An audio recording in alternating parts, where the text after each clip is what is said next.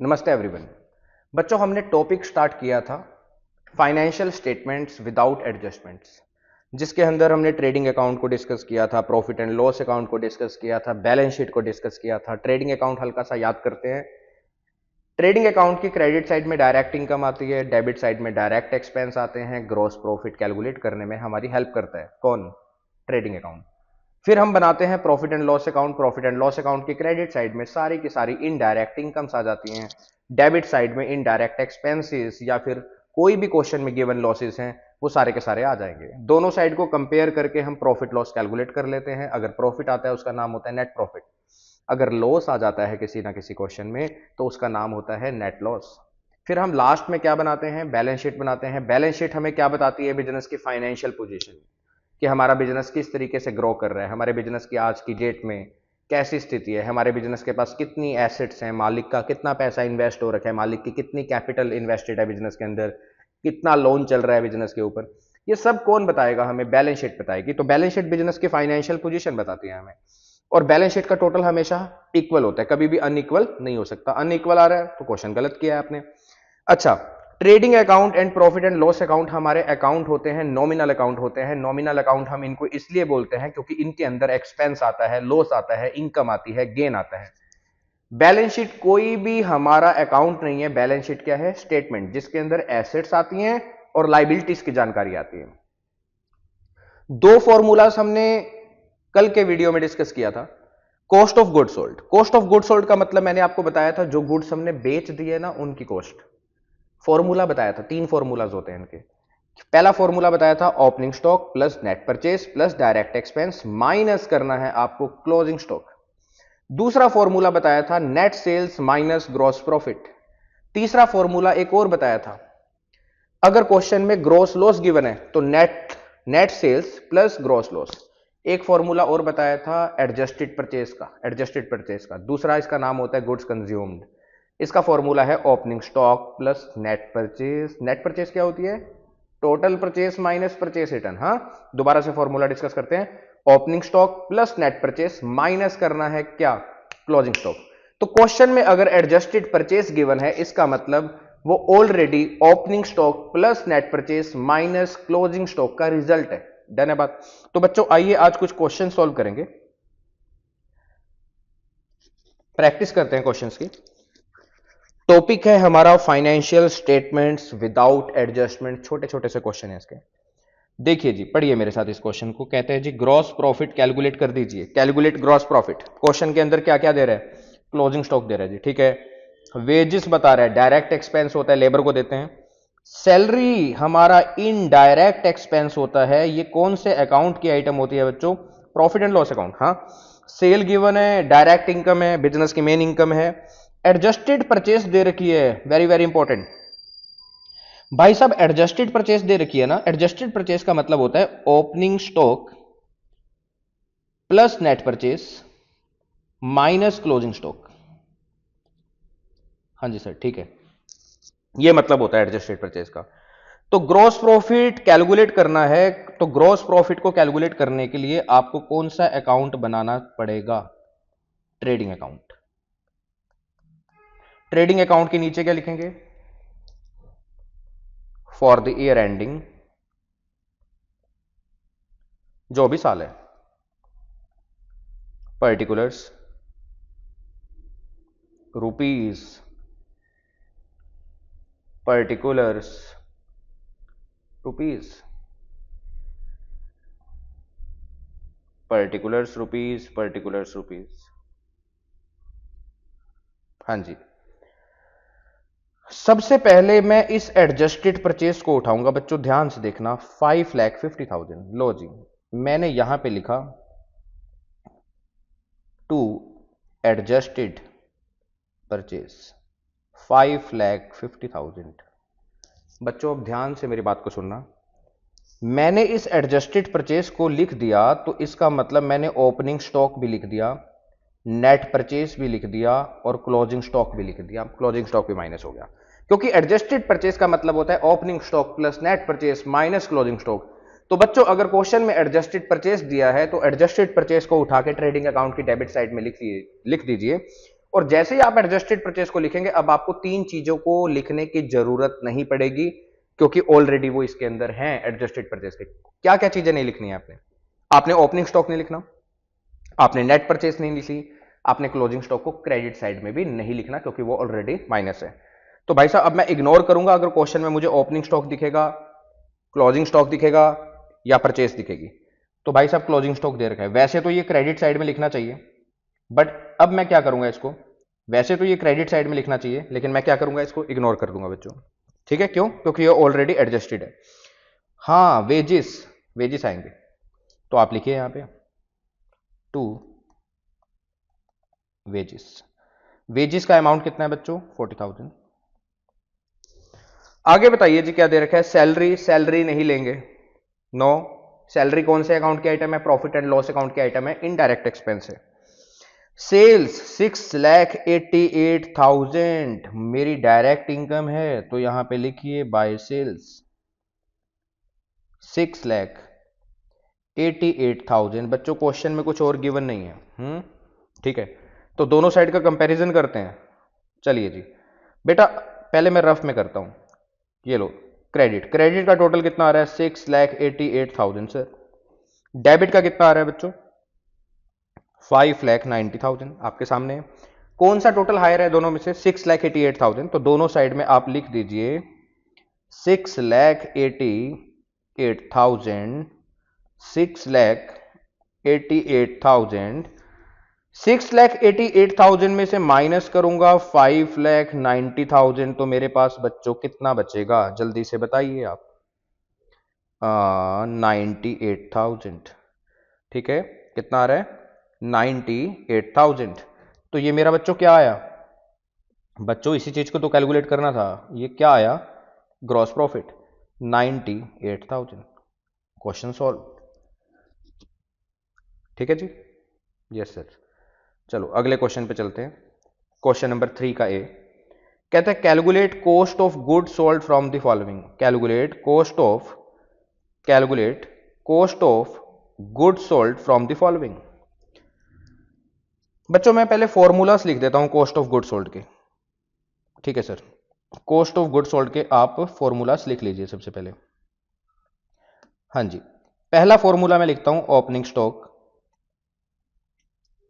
Opening stock plus net purchase plus direct expense, minus करेंगे इसमें से क्या? Closing stock. एक दूसरा फॉर्मूला भी है, net sales minus gross profit. Question में मुझे कहीं पर भी ग्रॉस प्रॉफिट नजर नहीं आ रहा, तो वो फॉर्मूला नहीं लग सकता। एक तीसरा फॉर्मूला भी है, net sales plus gross loss. कहीं पर ग्रॉस लॉस भी नहीं है, तो तीसरा फॉर्मूला भी नहीं लग सकता, तो यही वाला फॉर्मूला लगेगा। तो जल्दी से बताइए, ओपनिंग स्टॉक बच्चों कितना है यहां पे? सर 40,000 दिखाई दे रहा है, ये रहा 40,000।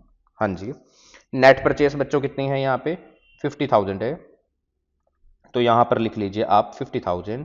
डायरेक्ट एक्सपेंस बताइए कौन कौन से हैं? डायरेक्ट एक्सपेंस बेटा रेंट पेड, कहीं पर भी ऐसा नहीं लिखा कि ये रेंट फैक्ट्री का है या ऑफिस का है।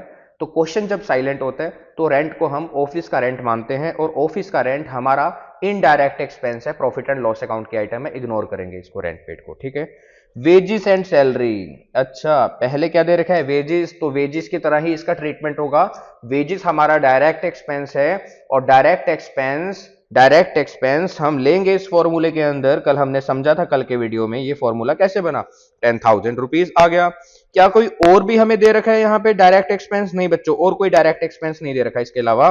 अच्छा, माइनस क्या करना है बच्चों इसमें से? Closing stock 15,000। जल्दी से क्वेश्चन सॉल्व हो चुका है हमारा, इसका आंसर निकालिए। 40 प्लस 50 कितना होता है? 90। 90 प्लस 10,000 कितना होता है?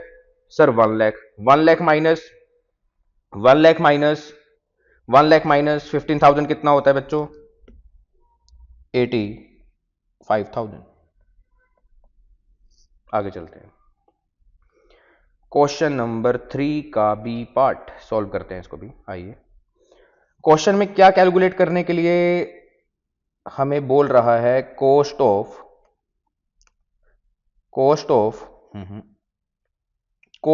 गुड सोल्ड, और साथ में क्या कैलकुलेट करने के लिए बोल रहे हैं? Gross profit. हाँ, चलिए जी, कॉस्ट ऑफ गुड सोल्ड पहले कैलकुलेट करूंगा। कहीं पर भी आपको क्वेश्चन में ग्रॉस प्रॉफिट या फिर ग्रॉस लॉस दिखाई दे रहा है, चेक कर लीजिए। नो, तो इसका मतलब ये दोनों फॉर्मूलाज नहीं लग सकते हैं। और ग्रॉस प्रॉफिट तो हमें कैलकुलेट करना है, तो कॉस्ट ऑफ गुड सोल्ड का फॉर्मूला लिखो, opening stock plus net purchase plus direct expenses minus करना है क्या, क्लोजिंग स्टॉक। चलिए जी, ओपनिंग स्टॉक मुझे बताइए बच्चों कितना आ रहा है, ये रहा सर 32,000। हाँ जी। नेट परचेस बताइए बच्चों कितनी है, परचेस तो ये रही 2,80,000। कहीं पर परचेस रिटर्न है, चेक करो जल्दी से, purchase return purchase return purchase return purchase return, no. तो इसका मतलब इसी को ही नेट परचेस मान लेंगे, हमने कोई सामान वापस नहीं किया है। तो परचेस कितने की है, 2,80,000 रुपीज। बच्चों डायरेक्ट एक्सपेंस ढूंढो, डायरेक्ट एक्सपेंस ये रहा सर, एक तो 20,000 रुपये, ठीक है। ये तो इनडायरेक्ट है, इग्नोर करेंगे। क्लोजिंग स्टॉक अभी अपने को चाहिए, अभी लेंगे। सेल्स नहीं चाहिए मुझे यहां पे, है ना। तो डायरेक्ट एक्सपेंस कितना है, 20,000। लो जी उठा के लिख दो। क्लोजिंग स्टॉक कितना है यहाँ पे, ये रहा, कितना है 50,000। चलो जी करो जी फटाफट सॉल्व। 280 प्लस 32,000 कितना होता है, 280 प्लस 32,000 3,12,000 हो गया। 3,12,000 में 20,000 और जोड़ दो, 3,12,000 प्लस 20 3,32,000। 3,32,000 में से 50 माइनस कर दो, 50 माइनस कर दो तो बचेगा बच्चों 2,82,000। ये हमारा आंसर आ गया, cost of good sold. Question में बच्चों अपने को ग्रॉस प्रॉफिट भी कैलकुलेट करने के लिए बोला गया था, तो ग्रॉस प्रॉफिट भी कैलकुलेट करते हैं। आइए ग्रॉस प्रॉफिट कैलकुलेट करते हैं। ग्रॉस प्रॉफिट का फॉर्मूला, ग्रॉस प्रॉफिट का फॉर्मूला, ग्रॉस प्रॉफिट का फॉर्मूला बच्चों होता है net sales minus cost of good sold. Question में बच्चों नेट सेल्स ये दे रखी हैं, 4 लाख में से माइनस कर दीजिए आप 8,000 रुपीज। 4 लाख में से 8,000 माइनस करेंगे तो अपने पास नेट सेल्स आ जाएंगी, कितनी आ रही हैं, 3,92,000 आ रही हैं। Yes. Cost of good sold, cost of good sold ऊपर हमने कैलकुलेट किया था 2,82,000, तो माइनस कीजिए इसमें से 2,82,000, माइनस कर दिया। चलो जल्दी से बताओ इसको, 3,92,000 में से 2,82,000 जाएंगे तो कितना आएगा, माइनस करना है अपने को। 92 एक हो गया, 92 plus 18, 92 plus 18 1,10,000 rupees. Question solved. ठीक है बच्चों, अगले क्वेश्चन पे चला जाए। Yes, question number 4, question number 4 इस पे आते हैं। क्वेश्चन नंबर 4 के बारे में पढ़ते हैं कि क्वेश्चन नंबर 4 हमें क्या करने के लिए बोल रहे हैं। कहते हैं calculate gross profit, gross profit sorry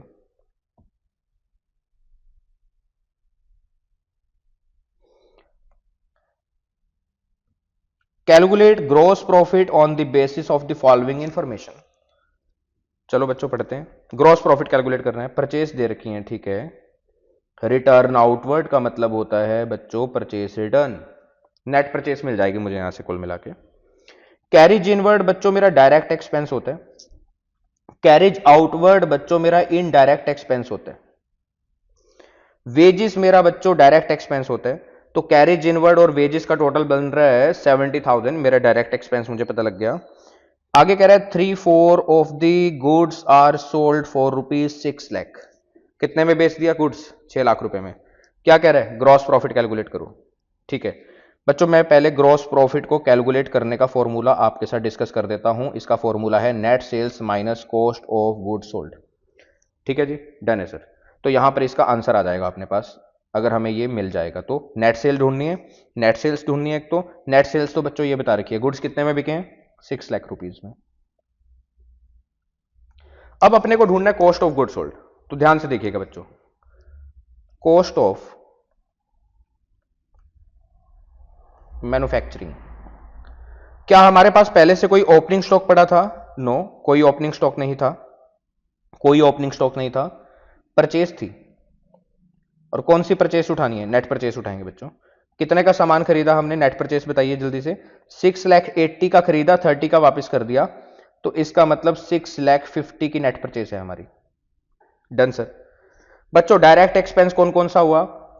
पहला हुआ कैरिज इनवर्ड, दूसरा हुआ कौन सा? वेजिस का। तो कैरिज इनवर्ड का अमाउंट है 20,000 रुपीज, ठीक है, और वेजिस का अमाउंट कितना दे रखा है बच्चों? 50,000 रुपीज। 6,50,000 प्लस 20, 6,50,000 प्लस 20, 6,70,000, 6,70,000 प्लस 50, बताइए कितना होता है? 7,20,000। मेरी बच्चों फैक्ट्री में कॉस्ट पता है कितनी आ गई? काम करते करते मैंने सामान खरीदा था 6,50,000 का, और मैंने 70,000 का और खर्चा भी किया, तो आपके सामने 7,20,000 की मेरी कॉस्ट आ रही है मैन्युफैक्चरिंग की। और क्वेश्चन में देखो बच्चों क्या लिखा है? 3/4 of the goods are sold. कितना सामान बेचा है? बस 3/4। तो बच्चों कॉस्ट ऑफ गुड सोल्ड क्या होगा? जल्दी से देखते हैं। कॉस्ट ऑफ गुड सोल्ड क्या होगा? बच्चों जो मेरी कॉस्ट आई थी ना, उसका आपने सिर्फ और सिर्फ 3/4 पार्ट मार्केट में बेचा है, तो cost of good sold cost का 3/4। हाँ जी, कॉस्ट कितनी है बच्चों? 7,20,000 मल्टीप्लाई 3 डिवाइड बाई 4। जल्दी से इसको सॉल्व कर लीजिए आप, कितना आता है? 7 लाख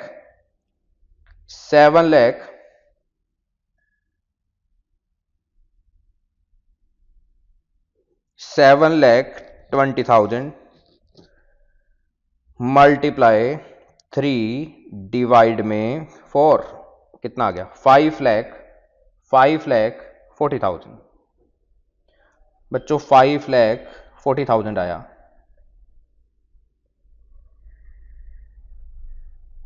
तो 5,40,000 कॉस्ट ऑफ गुड्स सोल्ड भी मुझे पता लग गया, तो मैं इसमें